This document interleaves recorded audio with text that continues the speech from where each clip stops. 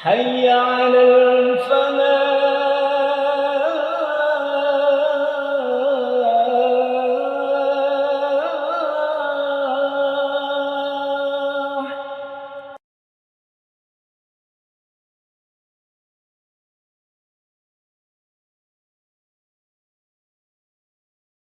Assalamualaikum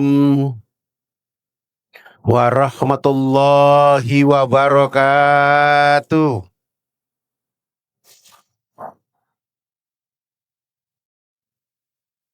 Innal hamdalillah nahmaduhu wa nasta'inuhu wa nastaghfiruh. Wa na'udzu billahi min sururi anfusina wa min sayyiati a'malina. May yahdihillahu fala mudhillalah wa may yudlil fala hadiyalah. Wa man lam yaj'alillahu lahu nuran fama lahu min nur. Asyhadu an la ilaha illallah wahdahu la syarikalah wa asyhadu anna Muhammadan abduhu wa rasul.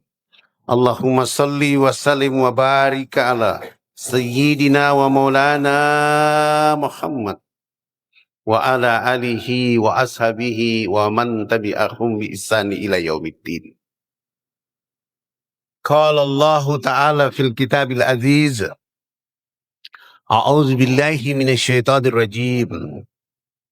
Ya ayyuhan nasu budu rabbakumul ladzi khalaqakum walladzina min qablikum la'allakum tattaqun. Sadaqallahal azim wa sadaqa rasul habibil karim wa nahnu ala dzalika minasyahidin walhamdulillahi rabbil alamin. Puji sanjung senantiasa kita panjatkan kehadiran Allah, tumpuan kasih limpahan sayang, yang belas kasihnya kepada kita melebihi kita mencintai jiwa dan raga kita sendiri. Dialah Allah yang selalu merindukan doa dan taubat hambanya, melebihi sang bayi yang merindukan air susu dari ibunya. Dialah Allah yang selalu mencurahkan perhatian, diminta ataupun tidak diminta. Rizki tetap mengalir, rahmat terus tercurah dan melimpah kepada seluruh makhluk-makhluk dan hamba-hambanya. Namun, dalam keadaan dan waktu yang sama, kebanyakan manusia di atas muka bumi beribadah dengan menaikkan kejahatan dan maksiat kehadapan Allah Rabbul Alamin. Dialah Allah yang selalu mengurus segala keperluan hidup daripada makhluk-makhluk dan hamba-hambanya. Sementara dalam keadaan dan waktu yang sama, kebanyakan manusia di atas muka bumi mensyukuri dengan menaikkan dosa, bangga dengan dosa, bahkan tidak malu-malu menebar dan mengkampanyekan dosa di alam Allah Rabbul Alamin.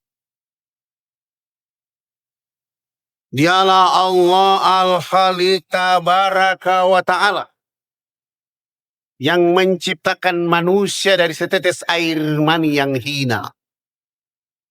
Mereka menjadi gagah, ganteng, cantik.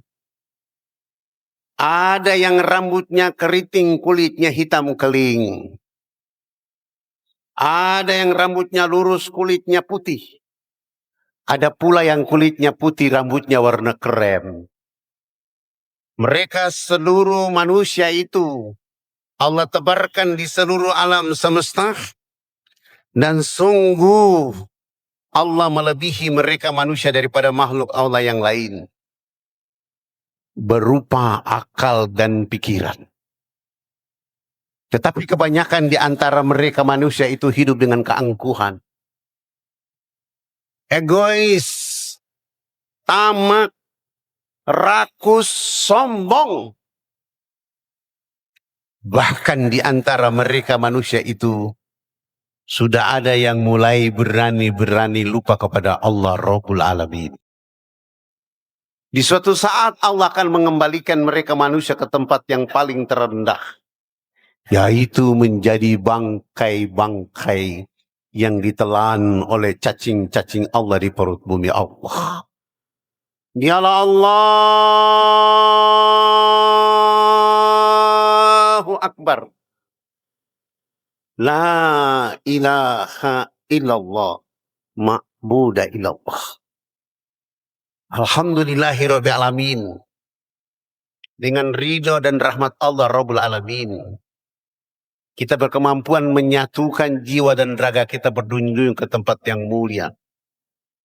Bersilaturahmi, mencerdaskan suara hati, pandangan dan pendengaran kita untuk semakin mencintai Allah, tunduk kepada Allah, taat kepada Allah, istiqomah beribadah kepada Allah Rabbul Alamin.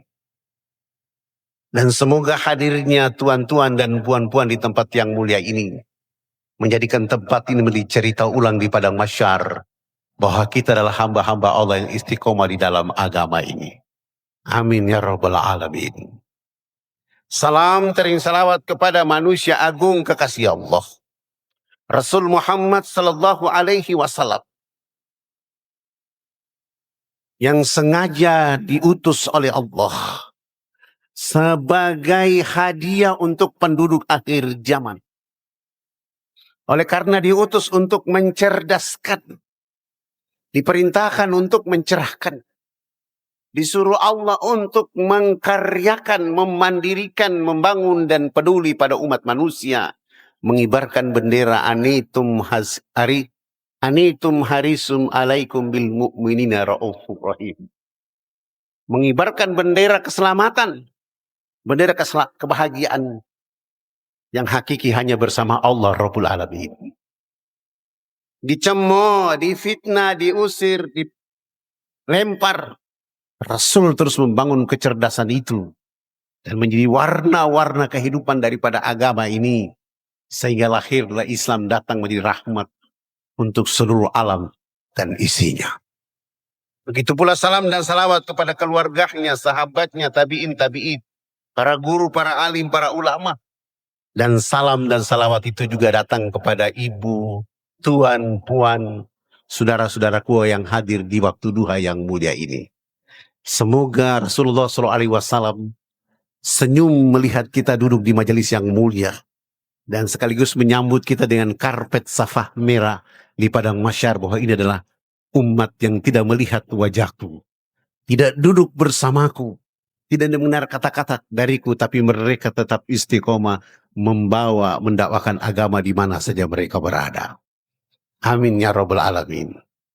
Bapak Ibu yang dirahmati oleh Allah Subhanahu wa taala, sebelum saya mulai, saya mengucapkan selamat Hari Mualaf Dunia pada tanggal 25 Desember 2025. Dengan mualaf kita mengkaryakan dakwah, dengan mualaf kita mencerdaskan umat, dengan mualaf kita bangkit untuk mencerdaskan Indonesia menuju Qul huwallahu ahad atau ketuhanan yang Maha Esa yang tunduk menjaga bangsa dan negara. Selanjutnya, ya ini doa dari Bapak Ibu semua melalui Mualaf Center Al-Falah Surabaya. Saya kembali ke Surabaya. Alhamdulillah di akhir tahun ini 2025 saya berada di Surabaya sampai tanggal 27. Dengan tema, ini temanya berat. Dakwah PNS bergengsi. Indonesia ini sudah punya jumlah penduduk yang terbesar di dunia. Mayoritas beragama Islam. Hampir 250 juta. Atau data statistik 87,7%. Indonesia juga tercatat menjadi pesantren terbanyak di dunia. 42.000. Indonesia juga tercatat menjadi negara yang memiliki masjid terbanyak di dunia. Menurut Dewan Masjid, hampir 900.000 masjid di Indonesia. Indonesia juga menjadi negara yang memiliki majelis taklim terbanyak di dunia. 32.000.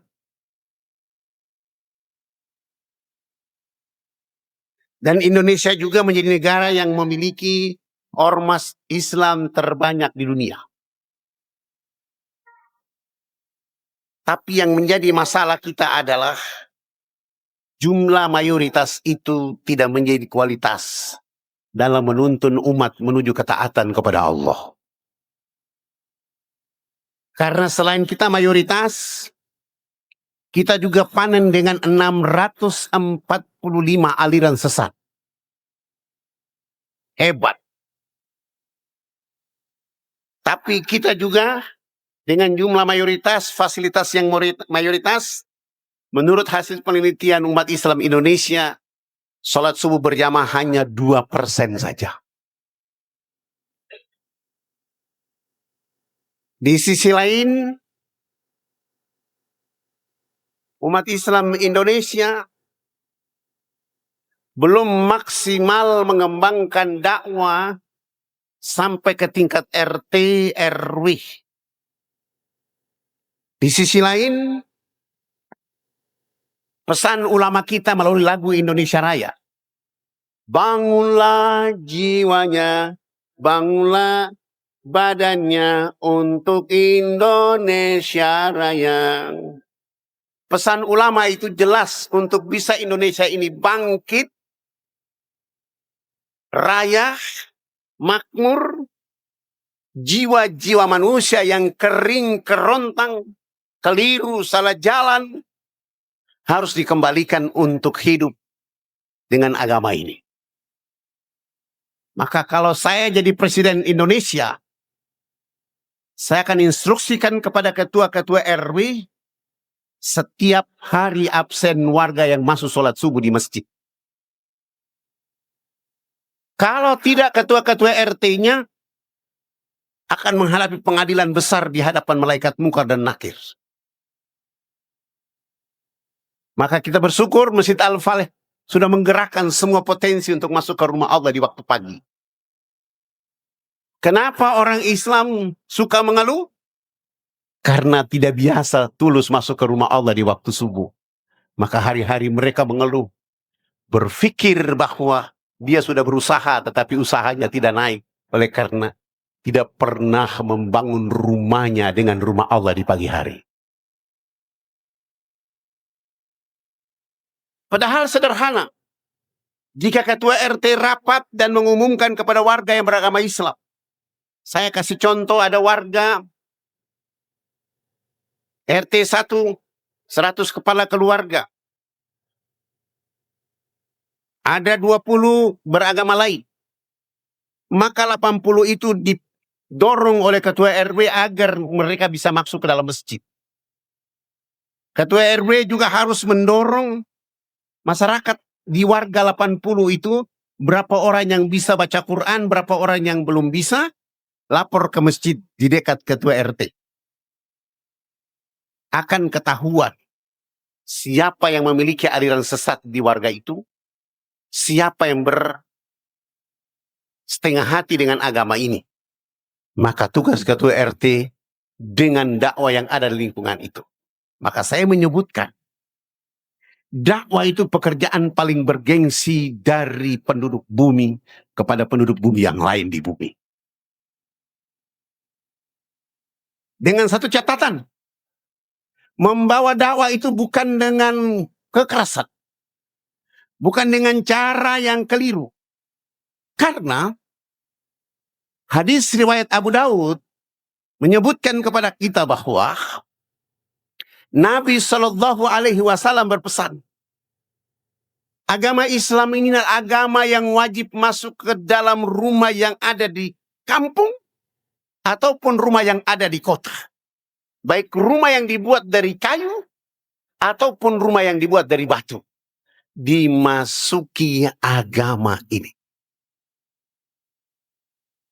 Hadis ini kalau diperlihatkan lagi dengan surat 16 ayat 125. A'udzubillahi minasyaitonir rajim. Ud'u ila sabili rabbika bil hikmah wal mauyatil hasanah wajadilhum billati hi ahsan. Serulah, bimbinglah, ajarilah, bawalah, hantarlah manusia ke jalan agama Rabbmu dengan cara arif, bijaksana, penuh dengan hikmah. Tidak ada kata-kata kasar di dalamnya, walau engkau disakiti. Tidak ada kata-kata kurang enak di dalamnya, walau engkau dihina. Tidak ada kata-kata yang membuat ini di dalamnya, walaupun engkau tidak dibenci dan tidak disuka. Engkau tetap membawa agama ini dengan bendera kedamaian kepada orang-orang di atas muka bumi. Yang sudah beriman mengajak orang yang sudah beriman yang belum masuk ke masjid. Ketika mengajak orang yang sudah beriman masuk ke masjid, lalu dia mengatakan kepada Bapak Ibu, baru belajar agama saya sudah mengajak saya masuk ke masjid. Jangan membalas kalimat apa-apa kecuali alhamdulillah dakwah sudah sampai dan dia menyindir saya dengan dakwah itu. Esok lusa disampaikan lagi, dia masih terus ngeyel kepada Bapak Ibu. Angkat tangan berdoa, ya Allah, tugas saya hanya mengajak, tapi hidayah adalah milikmu. Dan itu dilakukan terus-menerus sampai suatu saat. Kalau hari ini dia belum ke masjid, hari ini dia belum mengenal Allah, maka suatu saat nanti dia akan menyesal terlambat masuk ke masjid atau terlambat hijrah ke dalam Islam. Sehingga nanti dengan dakwah itu kita akan membuat orang akan mengenal Allah sebanyak-banyaknya di muka bumi. Kenapa demikian? Karena Allah akan meminta pertanggungjawaban Nabi Allah Isa alaihi salam di padang mahsyar. Di mana Nabi Isa alaihi salam diminta pertanggungjawaban oleh Allah dengan kalimat, wahai Isa putra Maryam, benarkah engkau ajarkan kepada orang-orang di bumi bahwa engkau dan ibumu adalah Tuhan selain aku? Nabi Isa alaihissalam menjawab, itu bukan hakmu.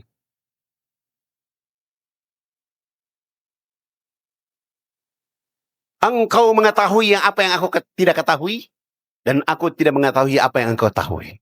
Tugasku adalah mengajarkan kepada mereka, ani budullah rabbi wa rabbukum. Aku melaksanakan perintahmu bahwa ibadah kepada Allah, Tuhanku dan Tuhanmu. Bapak Ibu yang dirahmati oleh Allah Subhanahu wa taala. Nabi Muhammad sallallahu alaihi wasallam datang untuk menyampaikan kepada penduduk bumi bahwa tidak boleh ada Tuhan jadi kayu. Tidak boleh ada partai jadi Tuhan. Kayu jadi Tuhan, tidak boleh ada batu jadi Tuhan. Tidak boleh ada tepung dibuat jadi Tuhan, dijual kalau tidak laku dijadikan Tuhan. Tapi Tuhan yang sejati adalah orang-orang yang menjadikan Allah dengan keyakinan dalam hati mereka. Walau mereka tidak melihat Allah, tapi hati mereka melihat Allah Rabbul Alamin. Alladzina yu'minuna bil ghaib. Keyakinan itu yang membuat orang-orang beriman di atas muka bumi hidup tidak mengeluh, hidup tidak menjadikan beban, oleh karena mereka hidup di atas muka bumi dengan Allah Rabbul Alamin, dengan segala kekuasaan Allah Rabbul Alamin. Maka Bapak Ibu yang dirahmati oleh Allah Subhanahu wa taala, tugas bergengsi kita adalah mengajak orang sebanyak-banyaknya menyembah Allah Rabbul Alamin. Mengajak orang sebanyak-banyak tunduk kepada Allah. Karena tugas utama manusia di atas muka bumi adalah wa ma khalaqtul jinna wal insa illa liya'budun. Tidak aku ciptakan jin dan manusia melainkan beribadah kepada Allah Subhanahu wa taala. Maka kalau ada teman yang keliru, salah jalan, yang belum mengenal Allah Rabbul Alamin, tugas kita mengibarkan bendera dakwah kepada mereka. Saya Ustadz Fadlan, SD-nya negeri, SMA-nya negeri, SMP negeri, SD negeri, SMP negeri, SMA negeri, dan ijazah semua asli. Ijazah saya asli semua. Kuliah juga di Fakultas Ekonomi jurusan Studi Pembangunan. Ijazahnya juga asli. S2 Magister Manajemen dan Magister Ilmu Pemerintahan. Ijazahnya juga asli. S2 juga Ekonomi Syariat Islam, asli juga ijazahnya. Dan saat ini sedang fokus untuk S3 di bidang administrasi dan di bidang ekonomi Islam. Insya Allah ijazah juga asli. Memilih menjadi dai. Kenapa memilih menjadi dai? Karena tidak ada pekerjaan yang paling mulia. Tidak ada energi dunia yang paling hebat. Kecuali mengikuti Nabi Muhammad dengan berdakwah. Nabi SAW 25 tahun bicara tentang ekonomi. Tapi 23 tahun bicara tentang agama ini.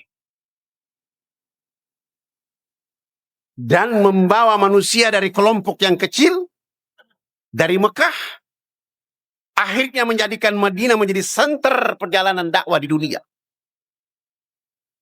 Para mu'alaf bergerak mulai dari Abu Bakar Siddiq, Umar bin Khattab. Mereka mu'alaf yang hebat. Yang hari ini tidak menyebut diri mereka mu'alaf. Sementara di Indonesia, mu'alaf sudah 7 tahun masih pakai nama mu'alaf. Padahal ketika sudah terhindar dari mu'alaf itu, kita harus tampil menjadi tokoh Islam atau orang Islam yang mampu mendakwakan agama ini. Alhamdulillah Bapak Ibu yang dirahmati oleh Allah. Saya pulang ke Makassar, dari Makassar kembali ke kampung, ditawarkan untuk menjadi pegawai negara. Tapi saya tidak mengambil hak itu, saya memilih menjadi PNS. Yang ditulis oleh panitia, PNS ini adalah pegawai Nabi Shallallahu Alaihi Wasallam. Sekarang saya tanya ibu-ibu, banggakah ibu-ibu menjadi pegawai Nabi Shallallahu Alaihi Wasallam? Senang tidak ibu-ibu menjadi pegawai Nabi Muhammad? Bapak-bapak senang nggak jadi pegawai Nabi Muhammad? Kalau sudah menjadi pegawai Nabi Muhammad, energinya hidup. Energi Nabi Muhammad kemana-mana menyampaikan pesan agama kepada semua orang. Walau Bapak Ibu dibenci, tidak disukai, dicemooh, tapi tetap istiqomah untuk menyampaikan lidah kebenaran kepada orang-orang yang sudah beriman untuk meningkatkan keimanan kepada Allah, dan yang belum beriman untuk taat kepada Allah Subhanahu wa Ta'ala. Saya ulang cerita saya di tempat ini, bahwa ketika saya pulang, kira-kira siapa yang pertama saya dakwai? Alhamdulillah, saya ketemu dengan orang yang marah kepada saya, karena saya minta supaya dakwah ini harus hidup di Irian. Mereka justru mengatakan, negeri ini tidak boleh diajarkan agama Islam karena sudah dibeli oleh Yesus Kristus. Saya tanya, mana kwitansi beli pulau ini? Kalau sesuatu pembelian kan harus ada kwitansinya. Kalau tidak ada kwitansi, maka saya berhak. Dan dalam sejarah pulau ini, agama yang pertama masuk ke negeri ini adalah agama Islam. Maka saya wajib bicara Islam di negeri ini. Alhamdulillah, saya ketemu dengan saudara saya namanya Pendeta Alfon. Saya tanya sama beliau, bolehkah saya ketemu untuk kita silaturahmi? Beliau bilang, Anda tidak berhak bertemu dengan saya. Saya datang ke kantornya, dia bilang pada sekretaris, tidak menerima tamu. Saya datang ke tempat ibadahnya, dia bilang, karena ini hari ibadah, jadi tidak menerima tamu. Lalu kapan saya bisa ketemu bicara agama ini supaya dia tidak marah-marah kepada saya? Akhirnya jalan satu-satu adalah selesai sholat subuh, syuruk, dan duha, saya datang ke rumah beliau. Saya sudah jalan kaki 200 meter, subhanallah saya lihat beliau sedang jogging di depan rumahnya. Supaya saya bisa jumpa, maka saya tunduk kepala untuk mempercepat langkah. Beliau lihat saya dan lari masuk ke dalam rumah. Pintu rumahnya dia tutup, dia rupa pintu pagar. Akhirnya saya masuk ke dalam halaman rumah. Saya lihat ke kiri, ke kanan, ke timur, ke barat, tidak ada orang. Jalan satu-satunya saya mengetuk pintu rumahnya di pagi hari itu. Selamat pagi. Yang keluar dari dalam adalah istri beliau. Pagi, ada apa? Ibu, saya mau ketemu dengan abang pendeta Alfon. Istrinya langsung menjawab, mohon maaf Bapak tidak ada di rumah. Dalam hati saya, baru yang tadi lari masuk itu siapa? Akhirnya saya pulang. Besok pagi hari kedua saya datang lagi. Selamat pagi. Anak beliau yang keluar. Pagi, mohon maaf Bapak tidak ada di rumah. Saya pulang hari ketiga saya datang lagi. Selamat pagi. Anak berikutnya keluar mengatakan tidak ada di rumah. Dalam hati saya akan berusaha sampai pekerjaan bergengsi ini pindah ke mereka. Hari keempat saya datang selamat pagi. Istrinya keluar mengatakan tidak ada di rumah. Sampai 1 bulan penuh tiap pagi saya mengetuk pintu rumah itu tidak ketemu abang pendeta Alfon. Saya hanya mendapatkan jawaban dari istri dan anaknya bahwa beliau tidak ada di rumah. Bulan kedua hari pertama tetap saja saya datang ke rumah itu. Selamat pagi. Istrinya keluar mengatakan tidak ada di rumah. Saya pulang hari kedua saya datang lagi. Selamat pagi. Anaknya keluar mengatakan tidak ada di rumah. Hari ketiga bulan kedua saya datang lagi. Selamat pagi. Anak berikutnya keluar mengatakan tidak ada di rumah. Sampai hari ke-15 di hari kedua. Saya belum tiba di rumah itu. Istri dan anak pendeta Alfon sudah ada di depan rumah menunggu saya. Begitu saya menyapa selamat pagi, langsung mereka mengatakan, Anda ini tidak bosan tiap pagi datang ke rumah ini. Seakan-akan rumah ini menjadi pekerjaan Anda tiap pagi. Kami sudah bilang tidak ada, masih saja datang. Saya pulang. Besok pagi hari ke-16 di bulan kedua tetap saja saya datang ke rumah itu. Selamat pagi. Istrinya keluar dan mengatakan, kau lagi yang datang. Sampai 2 bulan penuh saya tidak ketemu beliau. Selalu mendapatkan jawaban bahwa beliau tidak ada di rumah. Bulan ketiga hari pertama saya datang. Selamat pagi, istrinya keluar sudah mulai tensinya tinggi. Tidak ada. Hari kedua bulan ketiga saya datang lagi. Selamat pagi. Anak kedua keluar maki-maki saya di luar situ. Saya pulang. Hari ketiga bulan ketiga saya datang lagi. Selamat pagi.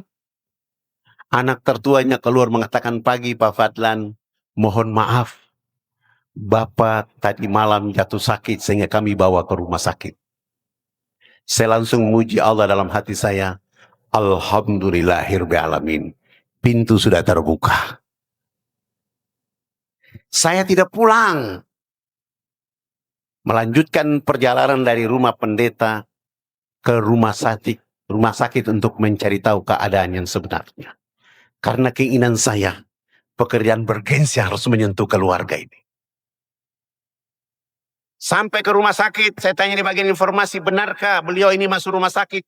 Mereka membenarkan dan menunjukkan ada di kamar nomor 48. Saya tidak langsung ke kamar itu. Saya keluar dulu, beli buah-buahan dibungkus jadi parcel, lalu tepat jam 9 pagi saya mengetuk pintu kamar itu. Saya sudah bawa parcel dan di depan pintu kamar, kaki kiri saya, tangan saya memegang grender, tapi kaki kiri saya menginjak, dan parcel tadi saya angkat tinggi-tinggi untuk menutup wajah saya, supaya jangan dikenal terlebih dahulu. Lalu saya mengatakan, "Selamat pagi." Ada jawaban dari dalam, "Pagi, silakan masuk." Rupanya dia tidak tahu kalau yang masuk itu adalah saya. Begitu saya buka pintu sudah di dalam, parcel yang tadi saya tutup wajah saya kasih turun dan saya bilang, "Selamat pagi Bunda. Saya dapat kabar abang jatuh sakit sehingga saya beli buah-buahan untuk beliau. Nanti kalau abang bangun tidur, sampaikan salam hormat bahwa tadi Fadlan dari sini." Saya letakkan parcel di atas meja, saya mau keluar tiba-tiba mendengar salam dari sebelah kanan. "Pagi Pak Fadlan." Tidak jadi keluar, menapat ke tempat tidur salaman dengan Abang Pendeta Alfon, dan saya mengatakan, "Alhamdulillahirrahmanirrahim Abang Pendeta, hari ini sungguh sangat luar biasa saya dapat rahmat dari Allah, karena saya sudah cari abang 2 bulan 3 hari. Sebenarnya abang ini tidak sakit, tapi abang mendidik istri dan keluarga inti, anak dan keluarga inti, hari-hari sudah melakukan sebuah kezaliman besar dalam diri mereka. Maka saya datang harus ketemu supaya saya bilang, nanti kalau abang sembuh dari sakit ini, jangan mengulangi perbuatan ini lagi." Saya pamit pulang. 5 hari kemudian beliau sembuh dan pulang ke rumah. Hari ke-6 saya menjadi tamu pertama di rumahnya. "Selamat pagi."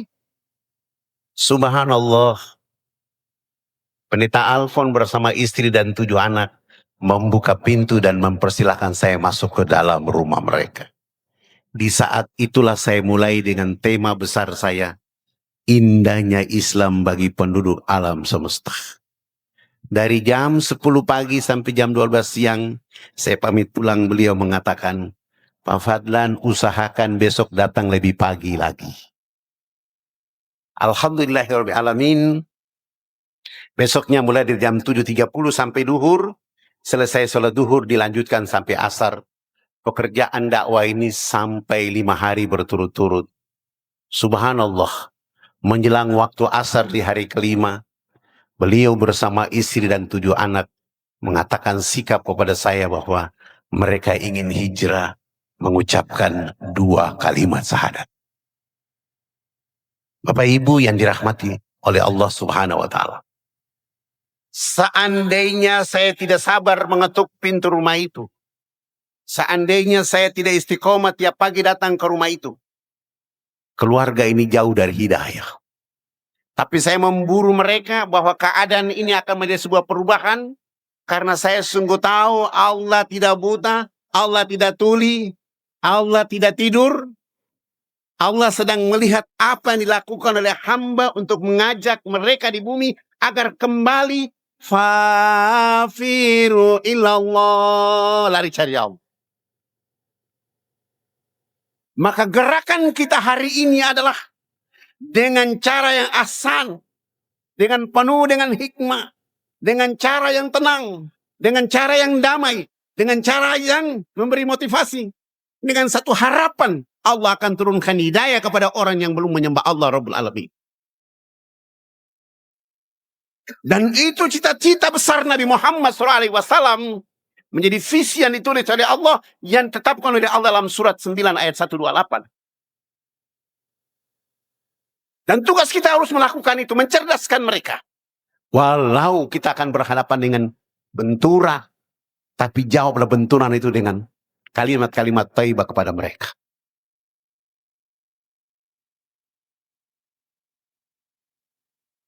Sehingga saya terus melakukan pekerjaan. Setelah mereka mengucapkan 2 kalimat syahadat, Nama saya ganti dengan Abu Sofyan.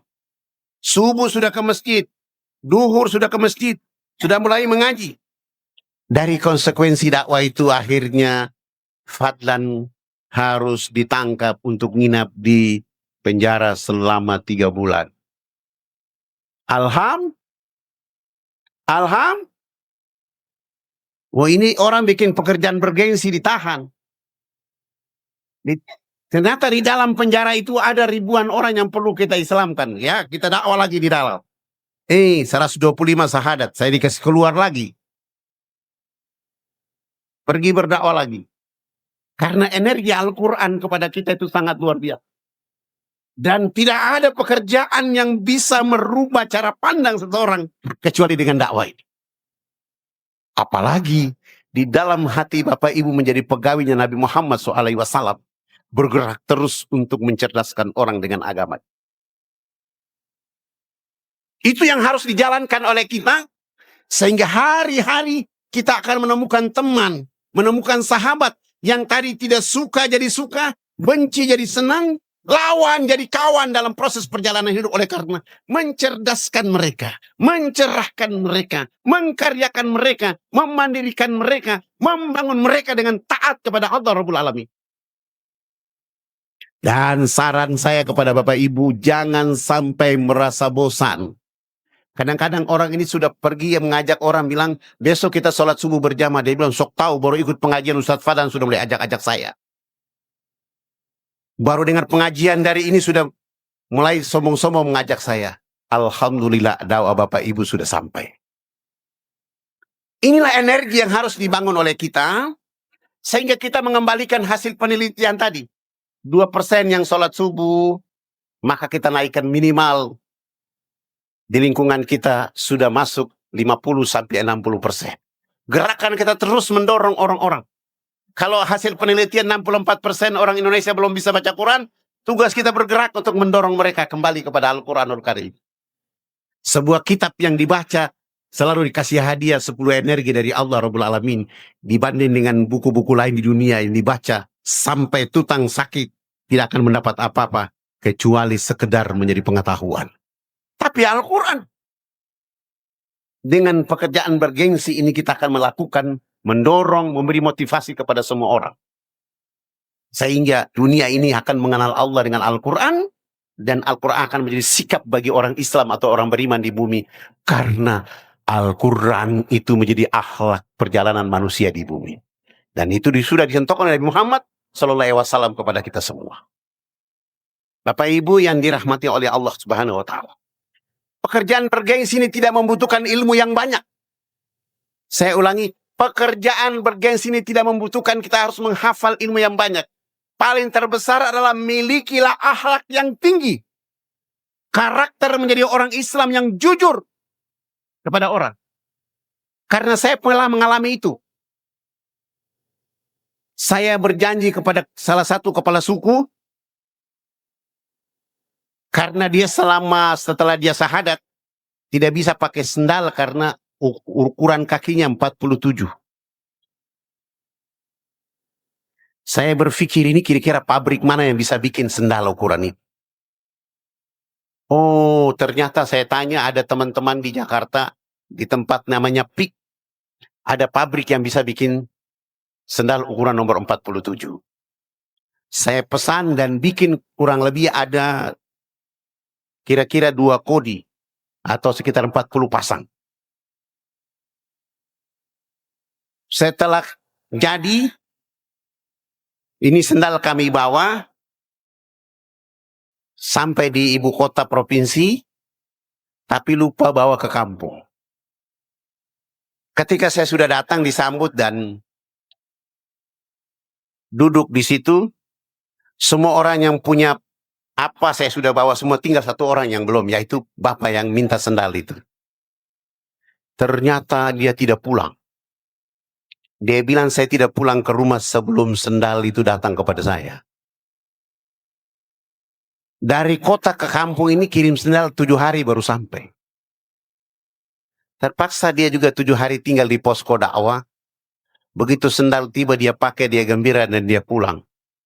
Dan dengan sendal yang kecil yang ukuran 47, dia cerita bahwa Islam memberikan saya kendaraan kecil untuk jalan di kampung halaman. Padahal itu sendal. Dan saya mulai tahu bahwa ternyata orang-orang di kampung itu kalau kita janji, jangan sampai tidak memenuhi. Yang berikutnya, saya memberi hadiah kepada seorang tua adat berupa kasur pompa. Saya lupa kasih tahu kepada beliau bahwa jangan kasih tahu warga bahwa saya yang memberi bapak.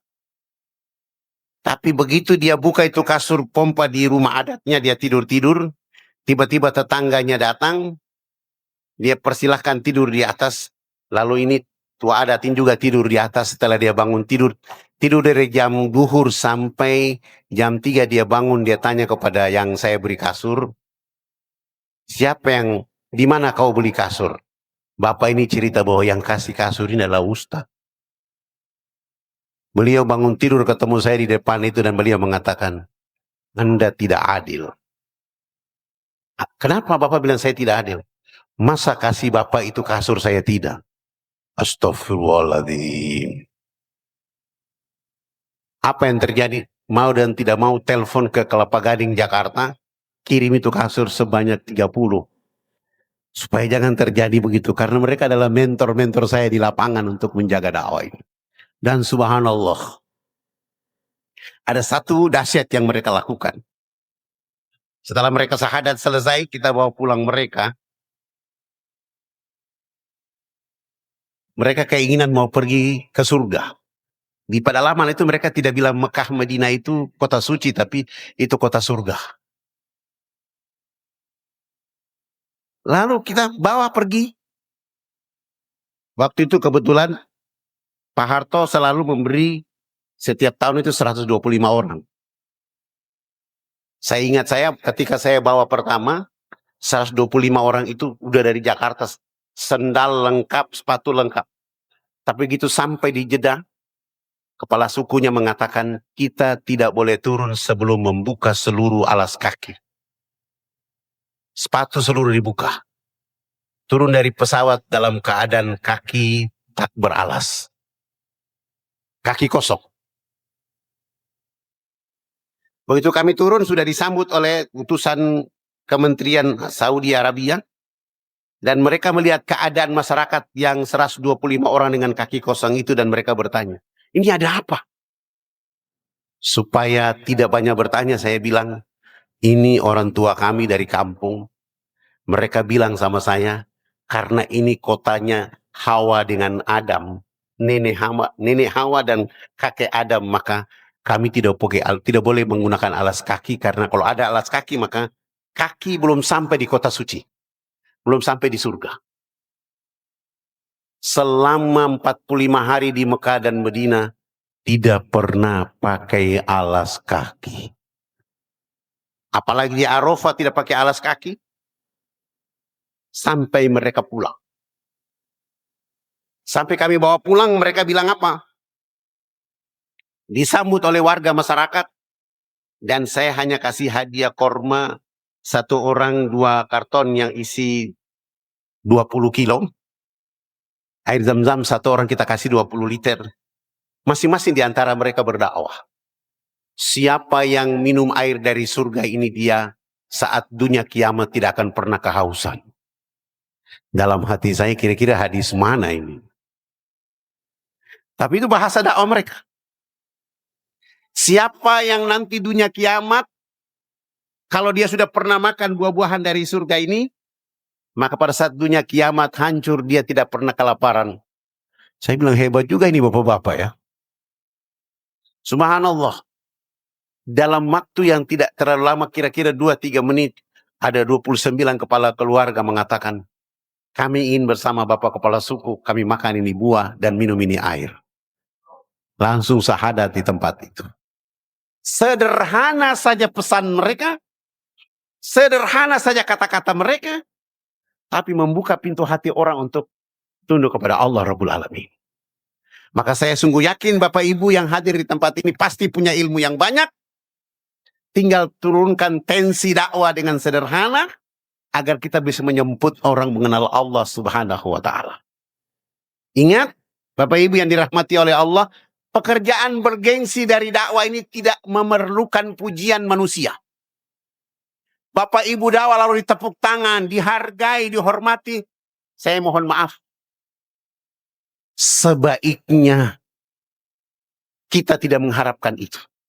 Yang kita lakukan dalam proses perjalanan hidup adalah orang itu mengenal Allah dan menyembah Allah dengan baik dan benar. Maka tadi kita mendapatkan pelajaran dari Masjid Al-Falah. Orang belum syahadat, dibimbing dulu. Setelah dibimbing, dia mengenal Allah dengan baik, baru dikasih ikrar, buku ikrar, setelah dia ikut pendidikan. Itu tujuannya adalah, ini benar-benar orang masuk Islam. Kita tidak boleh seperti ada orang masuk Islam di Al-Falah hari Jumat, tapi nanti hari Sabtu di masjid lain masuk Islam lagi orang yang sama. Karena motif masuk Islam bukan karena ibadah kepada Allah, tapi karena ingin mencari uang. Dan itu sudah banyak di Indonesia. Maka tugas kita adalah bagaimana menghadapi saudara-saudara itu supaya dia tidak semata-mata dengan hal itu, tetapi benar-benar menyembah kepada Allah Subhanahu wa Ta'ala. Bapak Ibu yang dirahmati oleh Allah, nanti di akhir pembicaraan saya, sebelum kita mengajukan pertanyaan, saya akan memutar video tanggal 24 Oktober 2025, tepat hari Jumat. Saya berdiskusi dengan 4 pastor. Mereka bertanya kepada saya begini, Ustadz Fadlan, kira-kira menurut Ustadz Fadlan, Bunda Maria itu menyembah siapa? Saya jawab, Bunda Maria itu menyembah Allah Subhanahu wa Ta'ala. Kenapa Bunda Maria menyembah Allah Subhanahu wa Ta'ala? Karena perempuan kedua yang dijamin oleh Allah masuk ke dalam surga adalah Maryam. Yang kedua, dia menyembah Allah oleh karena rahim dia yang suci itu Allah titipkan hambanya yang bernama Nabi Isa untuk besar mendidik manusia agar menyembah Allah. Sehingga Allah Subhanahu wa Ta'ala mengatakan kepada putranya Maryam, wahai Isa putra Maryam, ingatlah engkau bahwa dengan kekuasaanku aku buat engkau bisa bicara di waktu kecil, waktu bayi, dan waktu dewasa. Dengan kekuasaanku aku berikan kepadamu menjadi mujizat agar engkau bisa menghidupkan tanah liat menjadi burung. Itu karena kekuasaan. Dengan kekuasaanku aku berikan kepadamu agar engkau bisa membuat orang yang buta bisa melihat. Dengan kekuasaanku, wahai Isa putra Maryam, aku memberikan kekuasaan kepadamu agar engkau bisa menghidupkan orang mati. Dan dengan kekuasaanku, aku bisa melindungimu ketika ada orang yang ingin membunuhmu. Semua adalah kekuasaanku. Tanpa kekuasaanku kepadamu menjadi nikmat, sekaligus menjadi mukjizat, engkau tidak bisa apa-apa. Lalu ada sekelompok pengikut Nabi Isa mengatakan, kalau dia bisa bicara, kalau begitu kita minta kepada dia supaya dia minta kepada Tuhannya, agar turunkan hidangan dari langit. Yang mereka maksud hidangan itu, Allah turunkan makanan. Maksud mereka hidangan itu adalah makanan dan minum. Tapi Nabi Isa menjawab, kamu harus beriman, kamu harus bertakwa. Dan Nabi Isa berdoa, ya Allah, turunkan kepada kami makanan dari langit dan dari bumi. Dan makanan dari langit, agar kami menjadikan makanan itu menjadi hidangan hari raya bagi kami. Allah menjawab, ketika hidangan ini sudah turun kepada kalian, lalu kalian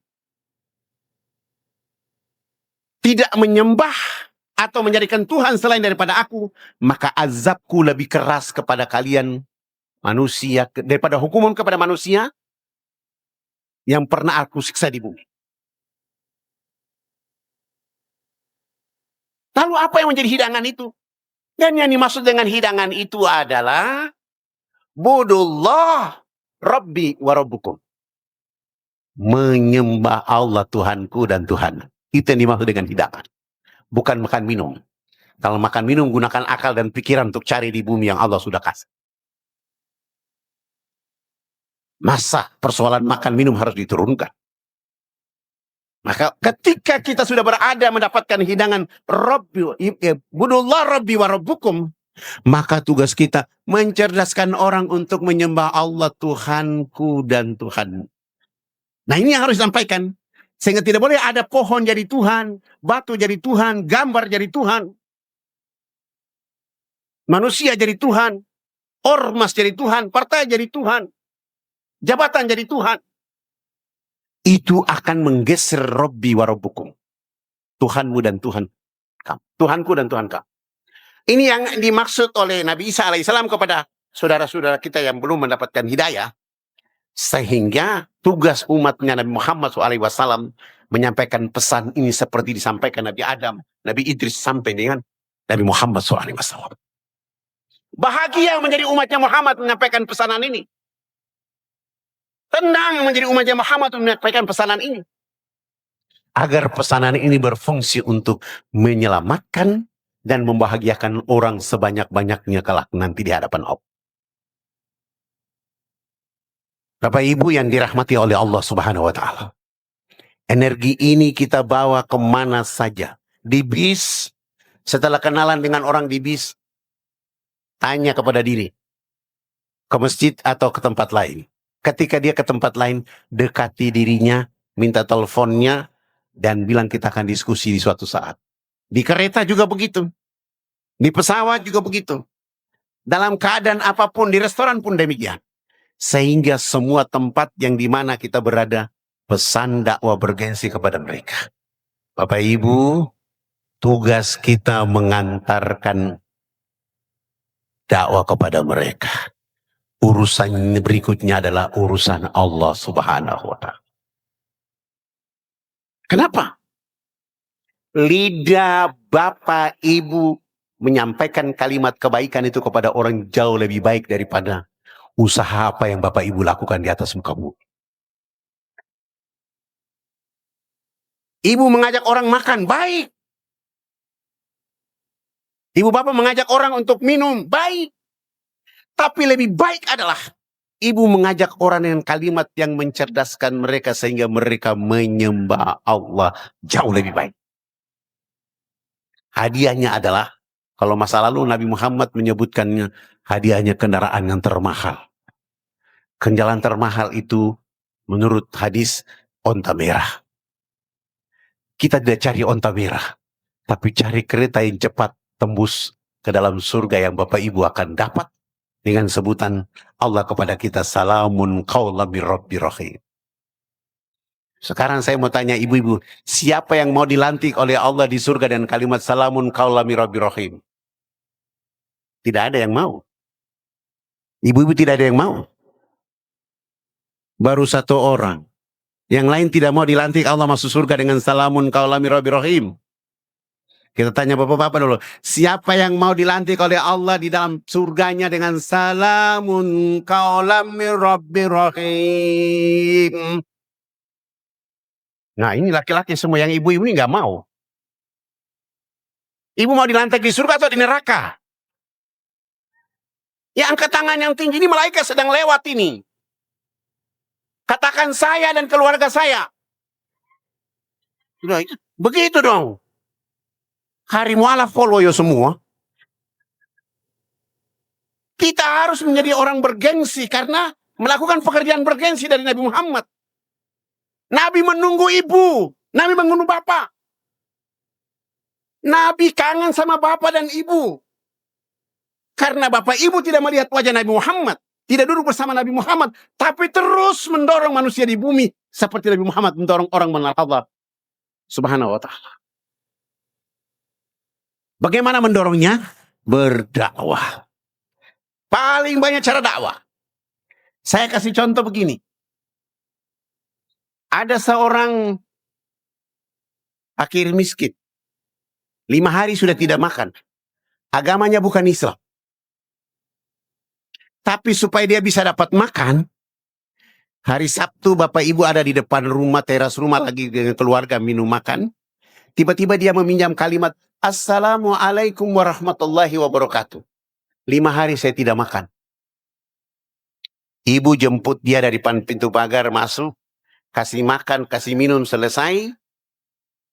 Setelah dia makan minum itu, dia ambil piring dan gelas yang ibu bapak kasih itu, dia lempar kembali kepada bapak dan ibu. Itu piring tadi yang dikasih makan dan minum, setelah dia makan dia lempar bapak dengan ibu. Kira-kira apa perasaan bapak dan ibu terhadap peristiwa itu? Halo? Ibu-ibu bilang apa? Bapak-bapak mau terima itu mau bikin apa? Sebagai orang yang memiliki jejak pekerjaan bergengsi dari Nabi, datang kepada orang yang melempar ibu dengan piring itu, peluk dia. Doakan dia, syukur-syukur ibu meniup di atas ubun-ubunnya, semoga kau dapat ketenangan, hidayah dari Allah. Sesudah itu, ibu, jika ada uang 100.000, kasih ke orang itu dan bilang, nanti kalau bisa habis uangnya datang lagi. Ada yang bisa begitu dari bapak-bapak dan ibu-ibu? Nah ini parah ini kalau begini. Ini yang harus dilakukan oleh kita. Dan saya mengalami itu. Mereka datang maki-maki. Setelah makan, minta lapar, maki-maki. Dan saya peluk dia dan saya bilang, kamu orang hebat. Kamu keluarkan kalimat ini kepadaku karena kamu tidak tahu. Tapi ini uang, silakan bawa pulang untuk hari-harimu. Nanti kalau sudah habis datang lagi. Subhanallah, betul. Dia sudah makan, dia maki-maki, dikasih uang, dia pergi. Ternyata 1 minggu lagi dia datang. Ini datang lagi. Dia sudah tidak pakai kalimat seperti dulu lagi. Assalamualaikum. Dia bilang, Pak Ustadz, saya lapar. Ya silakan. Setelah makan, dia minta maaf. Saya mohon maaf kalau kemarin saya makan, sesudah itu saya lempar piring dengan gelas. Saya jawab, ya itu karena kau belum dapat petunjuk. Maka sekarang kau datang lagi ke sini. Ada apa? Saya lihat Ustadz begitu baik kepada saya. Dan hari ini saya harus mengikuti Ustadz menjadi seorang muslim. Dan ternyata dia tidak datang sendirian. Dia bawa istrinya dan bawa 3 anaknya untuk bersahadat. Seandainya saya usir dia mungkin dia tidak dapat. Tapi dia datang bawa 3 orang. Istri dan anaknya tambah dia 4 orang sahadat di waktu itu. Ini jaringan dakwah bergengsi. Maka ketika Bapak Ibu berhadapan seperti itu, saya tahu orang-orang Jawa Timur itu juga emosi seperti saya orang Timur. Sama tinggi. Tapi ini kita mau merebut bergengsi ini. Pekerjaan bergengsi harus kita ambil dan sampaikan kepada orang-orang yang tidak suka itu. Supaya dia tahu bahwa ternyata Islam itu mencerdaskan, mencerahkan. Bagaimana mencerdaskannya? Akhlak. Ibu naik kendaraan, ada orang tua berdiri, ibu sedang duduk, persilakan ibu itu duduk. Syukur-syukur ibu titip nomor telepon ke dia, Bu, nanti kalau udah sampai ke rumah jangan lupa telepon saya. Dan itu yang saya lakukan kemana-mana. Sehingga saya bisa diterima oleh semua orang. Termasuk saya pernah meminjam teras gereja untuk sholat duhur. Karena sudah tidak ada tempat. Seluruh teman-teman bilang, ini gereja. Iya, saya tidak pakai gereja, saya pakai terasnya. Istrinya pinjam air kerannya, kita istrinya selesai. Taruh arah kiblat, sholat. Ketika kita berdiri sholat, yang menjaga justru menangis. Subhanallah. Salam ke kanan, kiri selesai. Dia bilang, kenapa menangis? Dia diam, dia tidak mau jawab. Lalu saya bilang sama kawan-kawan, ini kita bawa nasi 1 rantang. Kita buka duduk di situ makan. Ketika duduk makan, dia baru menangis, meraung-raung. Dan saya tinggalkan teman-teman, saya datang peluk dia dan saya bilang, kenapa menangis? Karena kami makan di sini, karena kami sholat di sini. Dia bilang, tidak. Saya tadi menyaksikan kalian berdiri beribadah. Tenang hati saya. Kalian satu orang yang memimpin, begitu kalian angkat tangan, saya baru sadar bahwa kalian sedang menyerahkan diri kepada Tuhan. Saya belum pernah, selama saya jaga tempat ini, belum pernah menyerahkan diri, walaupun saya jaga ini tempat. Dan saya sudah menikah 27 tahun, belum pernah makan satu piring dengan istri dan anak saya. Kalian hebat, kalian berikan itu membuat saya menangis. Saya menyesal karena saya belum pernah makan selama 27 tahun bersama istri dengan anak saya satu piring. Subhanallah. Lalu dia minta telepon, kami kasih telepon. Hari pertama mulai diskusi, hari kedua diskusi, hari ketiga akhirnya dia undang kami diskusi. Begitu diskusi, dia mulai mengenal satu persatu. 3 bulan kemudian, dia hijrah mengucapkan 2 kalimat syahadat.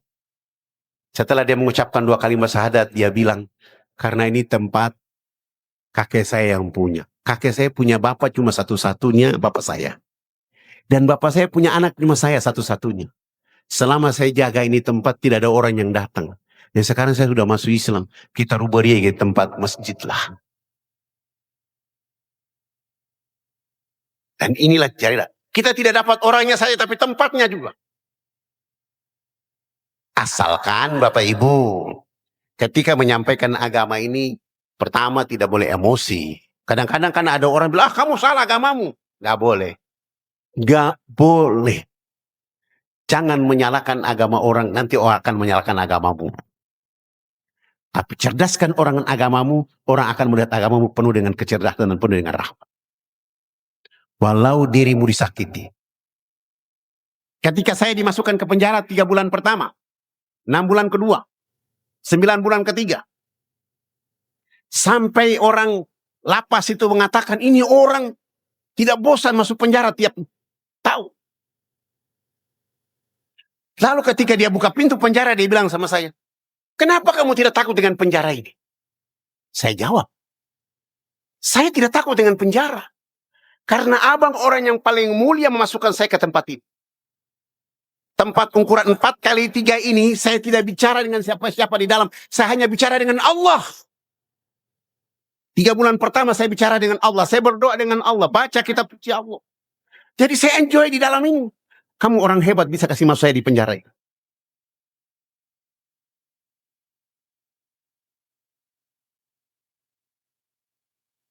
Tiga bulan kemudian abang tidak bosan kasih masuk 6 bulan. Volume saya pendekatan lebih tinggi lagi. 6 bulan. Dan abang menangkap saya bukan karena saya ingin berdoa dalam penjara ini, tapi karena abang tidak suka saya mengajak orang syahadat. Lalu beliau bawa pulang saya ke rumah setelah keluar di bulannya ke-9. Beliau bawa pulang saya ke rumah bersama istri dan anaknya. 5 orang di ruang tamu, saya cerita Islam. 8 jam kemudian dia dan istri dan anaknya pun mengucapkan 2 kalimat syahadat. Kita membawa rahmat ini kepada mereka dalam hidup. Kita nggak perlu pujian manusia.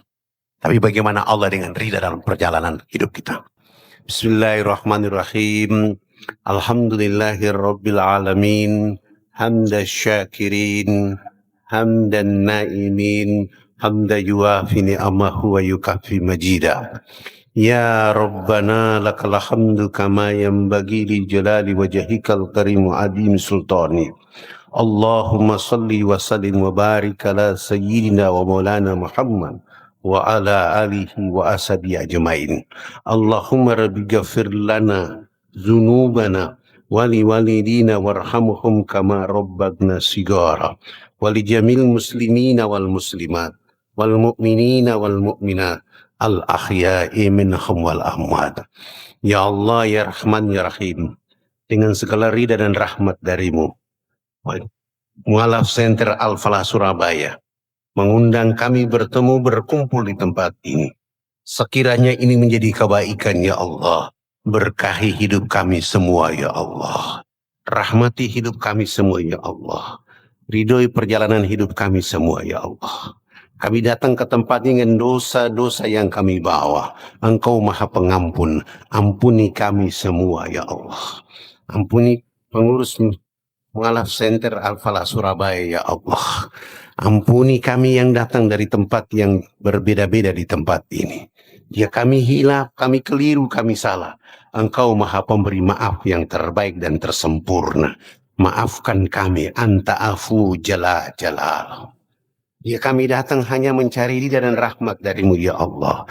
Bimbinglah kami semua ya Allah. Ajari kami kebaikan dan kebaikan dan kebaikan ya Allah. Jauhkan kami dari musibah, bala dan bencana. Ya Allah. Negeri kami Indonesia di akhir tahun ini engkau beri ujian. Musibah dan bencana buat saudara kami di Aceh, Medan, dan Sumatera Barat. Ya Allah. Berilah mereka pengampunan. Maafkan Tuhan kesalahan mereka. Dan ya Allah ya Rabb. Berilah mereka kesehatan yang sempurna. Agar mereka mampu bangkit menjadi hamba-hambamu tetap beribadah kepadamu ya Rabb.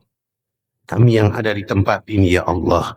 Ya kami datang dengan segala niat yang suci untuk memperbaiki kepada kami ya Allah. Hujamkan hidayah untuk kami semua ya Allah.